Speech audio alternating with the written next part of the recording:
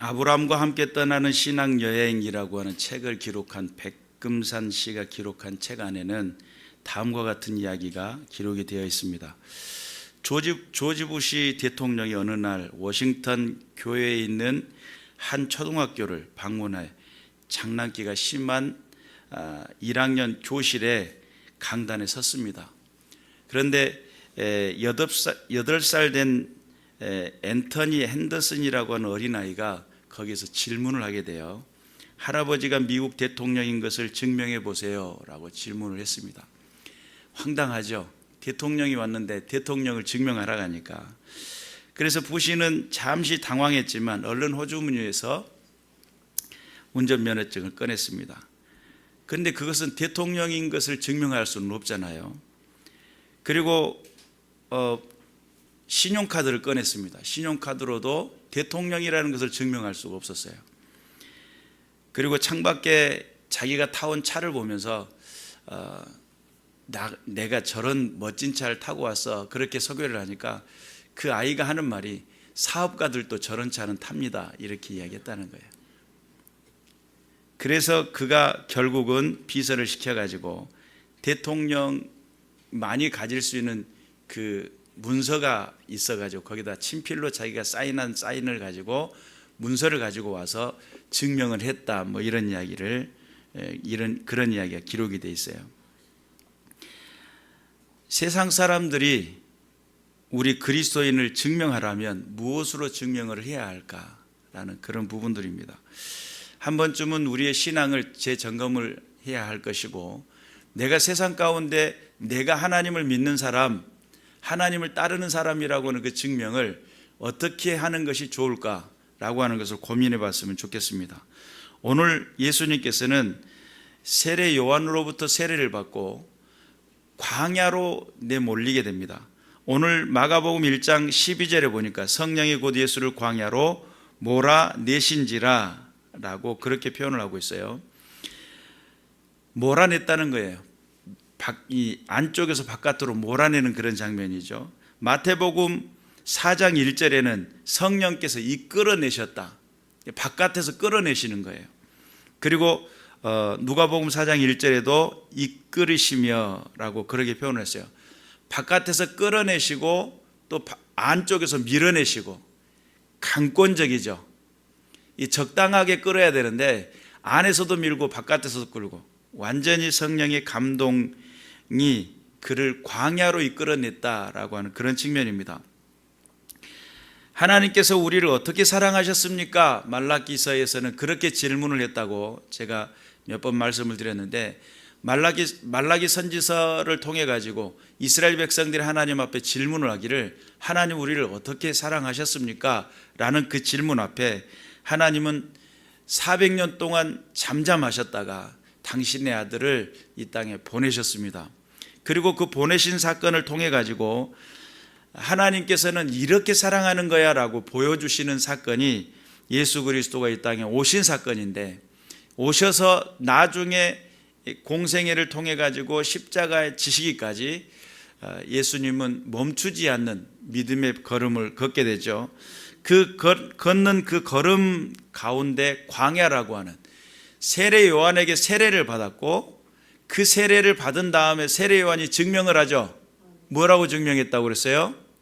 세상 죄를 지고 가는 어린 양을 보라 이렇게 증명했다고 그랬죠. 그러니까 예수님은 세례를 받는 그 순간에 수없는 많은 사람들이 생각할 때 하늘에서 하늘이 열리고 성령이 비둘기 같은 성령이 임하니까 은혜다, 정말 기쁘다 이렇게 생각을 할 수 있지만 사실은 그 순간은 세상 죄를 짊어지는 순간이에요. 그리고 그 짊어지는 순간을 통해 가지고 세례 요한은 명확하게 증명을 하죠. 세상 죄를 지고 가는 어린 양을 보라.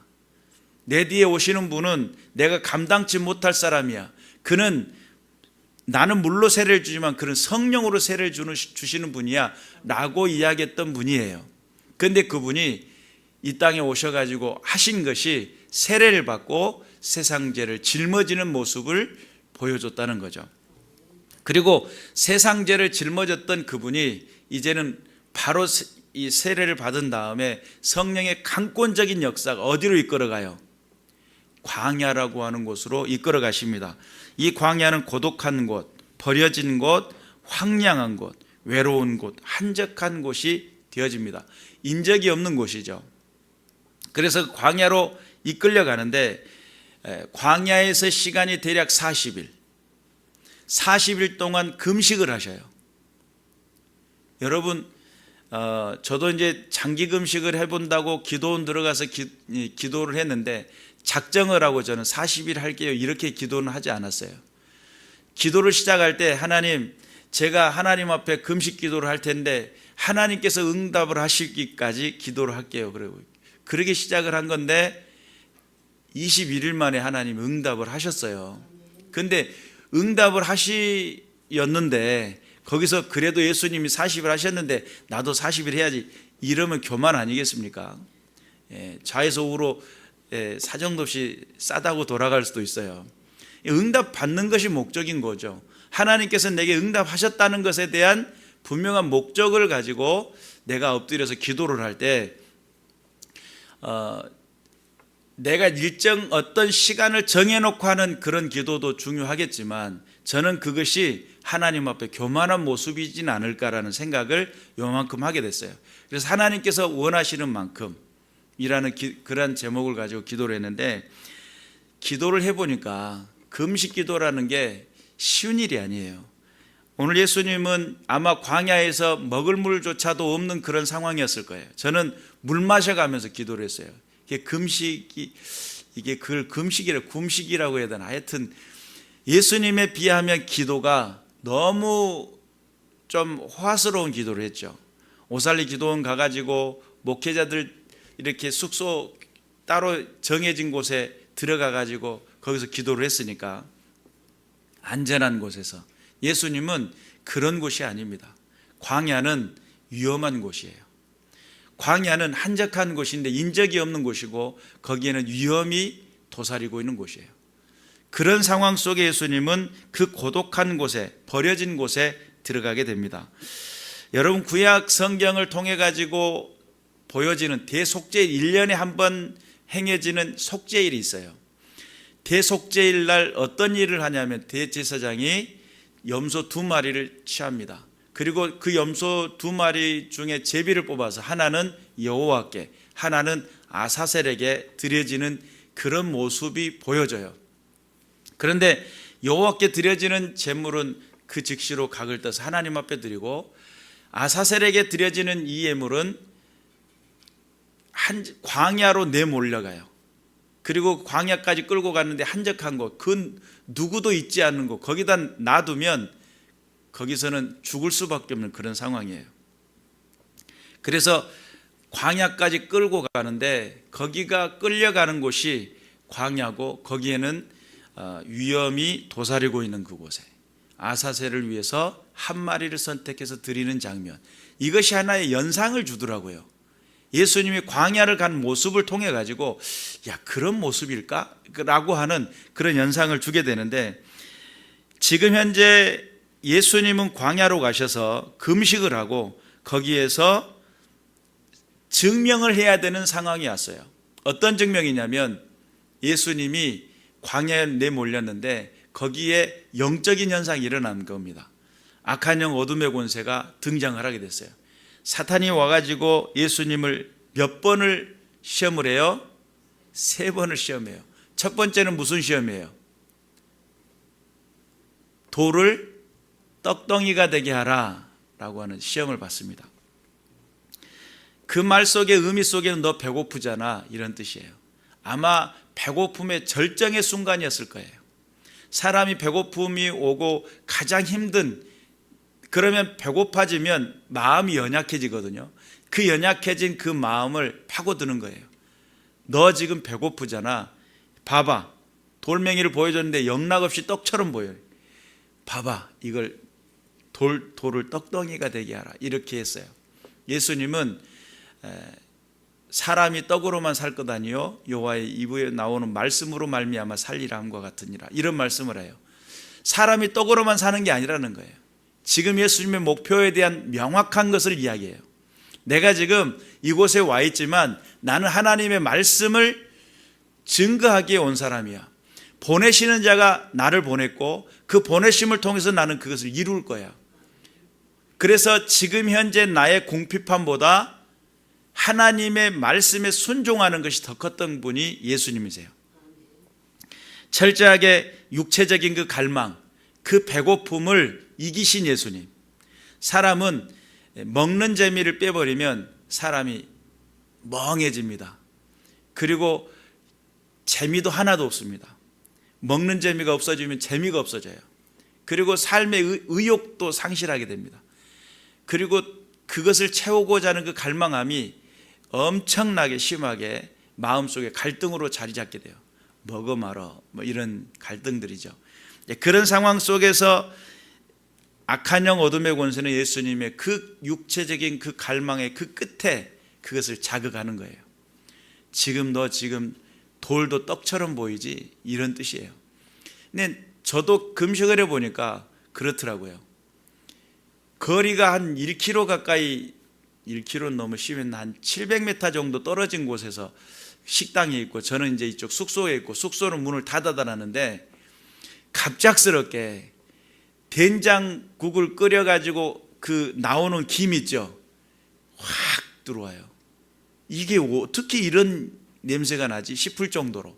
그리고 내 정신 속에 뭔가를 요구를 해서 그런 갈망 때문에 생겼는지는 모르겠지만 기도한다고 눈을 딱 감았는데 메밀소바가 2개가 동그랗게 해가지고 딱 2개가 올려져 있는데 거기에가 이제 그 오이도 채 썰어져 갖고 올려져 있고요.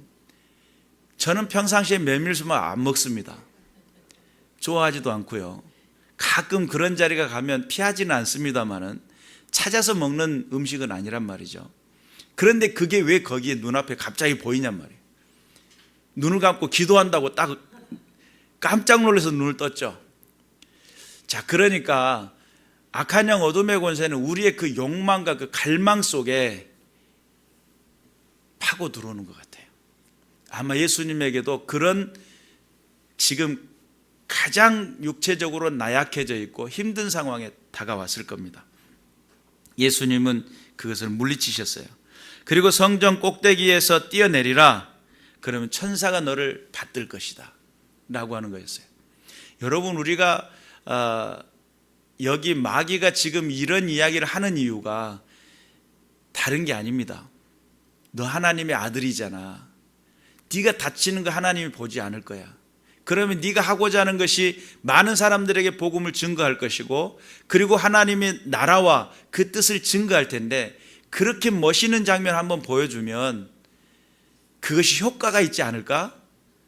너에게 분명하게 그 안목에 보여지는 그 일단 세상 시쳇말로 가오가 살고 네가 하나님의 아들인 것을 증명한 것이고 그것을 통해서 하나님 나라에 대한 복음을 확증하는데 더 효과적이지 않을까? 이런 것이 좀 숨어져 있지 않았을까? 그런 생각을 해봅니다. 성전 꼭대기에서 뛰어내리라 라고 하는 그것은 너 하나님의 아들이잖아. 명확하게 보여줘. 그 격차를 보여주란 말이야. 세상 사람들과 다른 그 격차를 보여줘. 그러면 너를 따를 거야. 이런 개념도 함께 포함되어 있지 않았을까? 그런데 우리가 하나님의 말씀을 믿고 따라간다고 할 때 하나님께서 원하시는 방법이 있어요. 하나님의 교회도 마찬가지고 하나님의 일은 반드시 하나님이 원하시는 스타일대로 원하시는 그 방법대로 그 일들이 행해져야 돼요. 그렇지 않으면 내가 아무리 여러 가지 많은 수단과 방법이 발달되어 있어도 하나님 기뻐하지 않습니다. 예수님은 그것을 명확히 아셨어요. 그래서 그 안목의 정욕을 부추기는 그를 향해서 철저하게 하나님 앞에 하나님의 뜻을 드러내는 것이 무엇인지를 보여주고자 하는 예수님의 명확한 선을 그리게 되죠. 세 번째 시험은 천하 만국을 보여줍니다. 그리고 뭐라고 이야기해요? 내게 절을 딱 한 번만 하면 된다는 거예요. 천하 만국을 보여주면 내게 절을 하면 이 천하 만국을 너에게 주겠다, 이런 뜻입니다. 자, 그러면 예수님이 지금 이 땅에 오신 분명한 목적은 천하 만국에 있는 모든 흩어져 있는 당신의 백성들을 모아서 구원하는 게 목적이에요. 그래 예수님이 거기 절을 딱 한 번만 하면 무엇을 할 수 있어요? 천하 만국의 백성들을 하나님 앞에 돌릴 수가 있어요. 이게 하나님의 뜻일까요? 하나님의 뜻은 어디 있어요? 십자가에서 죽는 겁니다. 하나님의 뜻은 당신의 아들이 십자가에서 죽는 겁니다. 죽어야만이 사는 기적이 나타나요. 죽었을 때에 뭐가 해결이 돼요? 죄가 해결이 돼요. 하나님은 너희가 선악과를 따먹으면 정령 죽으리라, 반드시 죽을 거라고 이야기했을 때 죄의 삭은 사망이에요. 사망을 피할 수가 없어요. 하나님은 이 죄의 값을 사망이라고 결정을 내려놓은 것을 번복하지 않아요. 바꾸질 않으셨다는 거예요. 그러면 이 죄의 값은 반드시 죽음이라는 것을 피할 수가 없는데 죽지 않고 세상 만국을 얻을 수 있다? 예수님에게는 지름길처럼 보였을 거예요. 겟세마네 동산에서 예수님이 기도하시죠? 뭐라고 기도해요? 할 수만 있으면 이 잔을 내게서 옮기시옵소서. 근데 좀 있다가 생각해 보니까 아니잖아요. 그러나 나의 원대로 마옵시고 아버지의 뜻대로 되기를 원합니다. 예수님은 고민을 합니다. 육체를 안고 있기 때문에 그 육체적인 그 고통과 그 죽음의 앞에 다가오는 그 죽음이라는 것들이 얼마만큼 힘들고 얼마만큼 모멸스럽고 멸시천대받는 그 자리가 얼마나 힘든 자리인지를, 여러분 조용히 자는 것처럼 죽는 거 좋죠. 그런데 이 예수님의 죽으심은 세상 많은 사람들로 하여금 천대받고 손가락질 받고 수없는 많은 고문을 받고 십자가형을 받는데, 우리가 달력에서 가끔 보면 예수님 십자가에 달려있는 모습 속에 아랫도리는 가렸잖아요. 사실 십자가형은 그 모든 것을 가리지 않아요. 그냥 그대로 걸어놓아요. 그 상황 속에 예수님은 그 수치심, 그 높고 높은 보좌를 버리고 낮고 낮은 이곳에 오셔가지고 종의 형체, 사람의 형상을 입고 이 땅에 오셔가지고 세상 많은 사람들의 세상 죄를 짊어지고 십자가에 죽으심, 이것이 정상적인 평범한 사람들도 부끄럽게 여기고 그것을 못할 짓이라고 생각하는데, 하나님이신 예수님께서 십자가에 죽으셔야만 하잖아요. 그것을 도무지 견디지를 못하고 그 마음속에 용납이 안 되지만, 그럼에도 불구하고 나의 원대로 마옵시고 아버지 뜻대로 되기를 원한다 라는 그런 이야기를 하십니다. 예수님의 광야는 광야에서 버려진 땅, 위협이 가득한 그곳에서 40일 동안 살고 끝났다라고 생각을 하잖아요. 그런데 저는 성경을 보면서 예수님의 광야는 십자가에 죽으시기까지 끝난 것이 아니에요. 광야에서 돌아와서 사탄에게 시험을 받습니다. 이게 지름길이야, 내게 절만 하면 천하 만국을 너에게 줄게 라고 했을 때, 예수님은 지름길보다 쉽게 얻는 것보다 그 길은 많은 사람들이 가는 넓은 길이에요. 쉽고 넓은 길이에요. 그러나 예수님의 길은 좁고 협착한 길이에요. 그 길을 가는 것이 하나님의 뜻을 순종하는 길이고, 하나님 뜻에 순종을 했을 때 하나님께 영광을 돌리는 믿음의 길이에요. 그것을 알았기 때문에 예수님은 철저하게 지금 나와가지고 광야에서 40일 동안 이제 천사들에게 수종을 들은 장면을 통해 가지고 끝났다고 생각하지만 사실은 그게 아니에요. 더 혹독한 광야가 또 시작이 됩니다. 거기는 모든 자연이 위협적인 곳이라고 이야기할 수 있지만, 지금 돌아오는 곳은 이제는 악한 영 어둠의 권세를 대면했으니까 더 악한 것 같지만, 예수님을 십자가에 못 박혀 죽게 만드는 실제적인 인물들이 지금 존재하는 그 땅에 들어와요. 거기는 사상적인 충돌이 일어나고 잘못된 왜곡된 신앙으로 가득 찬 그곳, 하나님을 섬긴다 하면서도 하나님이 없는 그곳, 그리고 예수님이 평가를 하잖아요. 이 독사의 자제분들아, 이렇게 이야기를 하는데, 그러한 모든 상황 속에 하나님을 대적하고 대항하고 저항성이 있는 그곳을 향해 들어와요. 그리고 끊임없이 그들과 더불어 하나님의 나라를 증명해 나가는데, 여러분 그러한 증명 상황하는 가운데 여러분 생각을 해보세요. 사람들이 만나고 얼굴 보고 이빨 내놓고 웃고 이게 좋은 일이잖아요. 그런데 그곳은 어떻게 하면 예수님을 잡아 죽일까? 예수님의 흠을 잡을까? 어떻게 하면 예수님을 공경에 처하게 할까?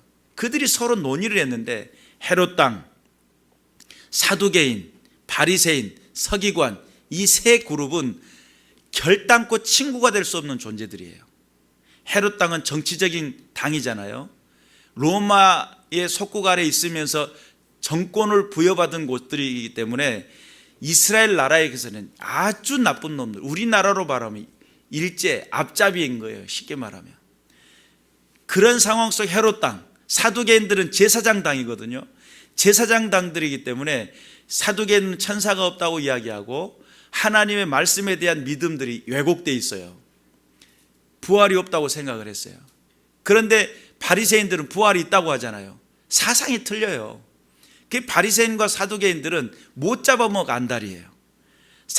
제사장들은 제사장에 은퇴하신 분들이 모인 곳이 사두개인들이에요. 쉽게 말하면.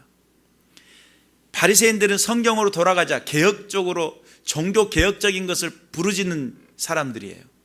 그러니까 자기들이 주장한 것들과 서로 상충되니까 이 두 부류가 하나가 될 수 없는 부류예요. 서기관들은 말씀을 대필한 사람들이에요. 그러면 여러분 생각을 해보세요. 이 사람들은 서로 자기 주장이 있고 자기의 관념이 분명한 사람들이에요. 그런데 예수님을 대할 때는 이 네 그룹이 한 덩어리가 되어 서로 협의를 합니다. 왜 그럴까요? 자기들의 가지고 있는 이 울타리가 지금 침범을 받고 있어요. 개로 말하면 밥을 먹으려고 밥그릇에 입을 대고 있는데 밥그릇에 손이 들어왔어요. 그러니까 개는 누구도 못 알아보죠. 밥을 주는 주인도 못 알아봐요. 밥그릇을 딱 대면하는 순간 주인도 못 알아봐요. 딱 그런 상황이에요. 예수님이 주인으로 이 땅에 오셨어요. 그리고 하나님 나라를 선포했고 주의 복음을 선포하는데 하나님이신 주인이신 그분이 오셔가지고 야, 너 그거 잘못돼서 딱 지적을 하니까 지적당했다고 기분이 엄청 상한 겁니다. 성전 청소를 해버렸다고. 난 지저분한 게 좋은데 성전 청소를 했다고. 그것 때문에 엄청 기분이 상합니다. 말씀을 전하는데 이것이 권위 있는 자와 같아요. 일반 바리새인이나 서기관이 전하는 것과 달라요. 권위가 있어요. 기분이 엄청 상합니다. 그리고 자기들이 그토록 율법을 지켜왔는데 율법을 지켜오는 그 모든 삶이 하나님으로부터 그리스도라고 한다면, 메시아라고 한다면 우리들의 그 수고를 인정해 줘야 맞아요. 그렇게 생각을 한 거예요. 내가 이토록 교회를 지키고 하나님 나라를 지켜왔으며 주의 말씀을 지키기 위해 그 율법을 그렇게 철통같이 지켜왔던 난데 나보고 뭐 독사의 자식이라고? 여기에 뚜껑 열린 거예요. 그러니까 자기들의 사상, 자기들이 보는 관념, 자기들이 가진 신앙 전체가 다 부정을 당하고 있으니까 그들은 대적할 수밖에 없었어요. 만약에 정말 하나님 앞에 있었고 하나님의 뜻에 순종하는 사람들 같았으면 주님, 제가 그렇게 산 것이 잘못된 거군요. 용서해 주세요. 라고 돌아섰다면 구원받았을 거예요. 돌아서질 않아요. 무엇 때문에요? 고집 때문에. 무엇 때문에요? 자기가 믿는 그 믿음, 왜곡된 믿음 때문에. 그리고 하나님을 대적합니다. 그 대적하는 것이 하나님을 대적한다는 생각을 못했던 거예요. 알았으면 안 했겠지. 과연 그럴까요? 메시아라고 수없이 많은 사람들이 이야기하고 하나님 아니면은 하나님께서 돕지 않았다고 한다면 어떻게 눈봉사가 눈을 떴냐고 이야기하는데도 그것을 하나님께서 하셨다는 것을 이야기했다고 출교를 결정했던 사람들이에요. 메시아의 증거가 한두 가지가 아닌데 죽은 자를 살려내고 오병이의 기적을 일으켰으며 앉은 병이 일어나고 눈봉사가 눈을 뜨고 기적이 나타나고 있음에도 불구하고 그들은 무엇으로요? 그 고집 때문에 눈을 감아버려요. 하나님의 그 기적을 하나님이 역사하지 않으면 이렇게 창세 이래 눈봉사가 눈을 떴다는 것 성경을 통해서도 못 봤지 않냐. 그런데 그는 그것을 행하고 있다. 그 기적을 보여주는데도 불구하고 믿지 않는다는 거예요. 문제 심각한 겁니다. 그러니까 예수님이 하나님의 아들이면 믿겠다라고 그렇게 큰 소리 쳐도 사실은요, 변하지 않는 왜곡된 신앙은 오히려 더 악한, 더 나쁜 것을 만들어낼 확률이 더 크다는 사실 믿으시길 주님의 이름으로 축원합니다. 우리가 하나님의 말씀 앞에 예수님은 광야의 시험을 당하고 있고 그 광야의 시험을 통해 악한 영 어둠의 권세를 이겼습니다. 이긴 다음에 증명해 나가는 그 과정 중에 철저하게 하나님 방법대로 하나님의 그 뜻대로, 그래서 요한복음에서는 그런 이야기가 있어요. 보내시는 자가 일하시니 나도 일한다. 그런 말씀을 하세요. 보내신 자가 일하니 나도 일한다. 그런데 그분은 얼마만큼 일을 열심히 하시냐면 먹는 것까지 잊어버릴 정도 일을 하셔요. 그런 정도로 집중했고 또 자는 것도 잊어버리고 기도를 해요. 기도에 하나님의 말씀 앞에, 하나님의 아들인데 기도가 왜 필요하겠어? 그냥 다 하시는데 이게 아니에요. 주님의 뜻을 온전히 드러내기 위해, 하나님의 뜻에 가장 가까운 것에 도달하기 위해, 아버지께서 일하시는 그 뜻을 명확하게, 더 선명하게 많은 이들에게 알리기 위해, 자기 자신이 드러나는 것보다 하나님이 더 드러나는 것이 기뻤기 때문에 예수님 새벽 기도하셨고요, 저녁 기도하셨고요, 철야 기도하셨어요.